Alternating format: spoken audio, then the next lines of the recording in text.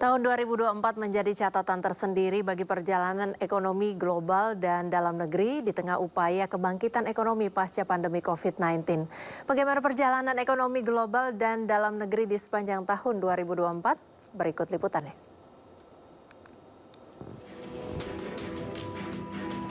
Tahun 2024 segera berakhir. Sepanjang tahun ini, dunia menghadapi berbagai tantangan yang kompleks dan beragam. Mulai dari konflik geopolitik, perubahan kepemimpinan politik di banyak negara, hingga proyeksi ekonomi global dan negara-negara besar di dunia yang masih lemah. Sepanjang tahun ini, dunia memang berada dalam situasi global yang tidak pasti. Agenda politik dan pergantian kepemimpinan, baik di negara maju maupun berkembang, memunculkan pimpinan negara baru dan dipastikan akan menimbulkan perbedaan arah kebijakan. Termasuk pemilihan umum di Indonesia dan menciptakan pergantian pimpinan dari Presiden Joko Widodo ke Presiden Prabowo Subianto. Tak hanya pergantian kepemimpinan di berbagai negara, efek perang Ukraina-Rusia yang masih terasa, konflik geopolitik di Timur Tengah dan di Laut Cina Selatan juga masih belum usai, ikut mempengaruhi stabilitas ekonomi global dan nasional yang belum sepenuhnya pulih dari dampak pandemi COVID-19. Di dalam negeri, pesta demokrasi dan momentum Ramadan diakui menjadi stimulus bagi pertumbuhan ekonomi nasional di tengah kinerja ekonomi negara-negara maju di dunia. Sepanjang kuartal pertama tahun 2024, Badan Pusat Statistik mencatat pertumbuhan ekonomi nasional berada di angka 5,11% secara tahunan. Capaian pertumbuhan ekonomi pada kuartal 1 ini menjadi yang tertinggi sepanjang tahun 2019 hingga 2024. Pertumbuhan ekonomi nasional tercatat melambat pada kuartal 2. Meski demikian, pertumbuhan ekonomi masih berada pada jalur yang solid dan menunjukkan resilient dengan capaian pertumbuhan ekonomi berada di level 5,5% secara tahunan. Di tengah tingginya ketidakpastian dan berbagai tantangan global yang masih membayangi, pertumbuhan ekonomi dalam negeri pada kuartal 3 kembali terkontraksi ke level 4,95% secara tahunan.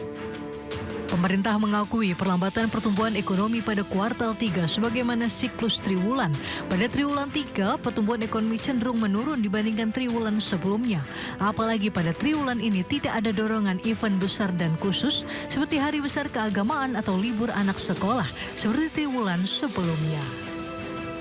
BPS mencatat berdasarkan lapangan usaha, sektor industri pengolahan menjadi sumber pertumbuhan ekonomi terbesar. Sementara menurut pengeluaran, pertumbuhan ekonomi nasional masih disumbang oleh konsumsi rumah tangga.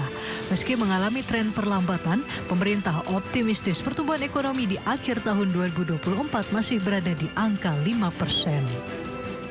Dengan perkembangan perekonomian yang kita pantau dan kita prediksi hingga akhir tahun 2024, kami memperkirakan pertumbuhan ekonomi hingga akhir tahun adalah mencapai 5,1%. Di tengah kondisi ekonomi global yang belum menentu di sepanjang tahun 2024, neraca perdagangan Indonesia berada dalam jalur positif. Neraca perdagangan tercatat mengalami surplus di sepanjang tahun 2024. Sepanjang Januari hingga September, BPS mencatat surplus neraca perdagangan Indonesia mencapai 28,86 miliar dolar Amerika. Angka tersebut ditopang oleh kinerja ekspor yang mencapai 241,25 miliar dolar Amerika dan impor 212,39 miliar dolar Amerika. Namun tren positif neraca perdagangan Indonesia nyatanya tidak diimbangi dengan aktivitas industri di dalam negeri, khususnya di sektor manufaktur. Hal ini tercermin dari tren pemutusan hubungan kerja yang terus berlanjut, terhentinya aktivitas industri hingga kontraksi panjang industri manufaktur dalam negeri, salah satunya industri tekstil dan produk tekstil. Turunnya permintaan dari dalam dan luar negeri berdampak pada aktivitas industri manufaktur di Indonesia yang sempat berada di level 54,2, indeks manufaktur Indonesia terus mengalami penurunan. Bahkan, indeks manufaktur hingga November mengalami kontraksi di bawah 50.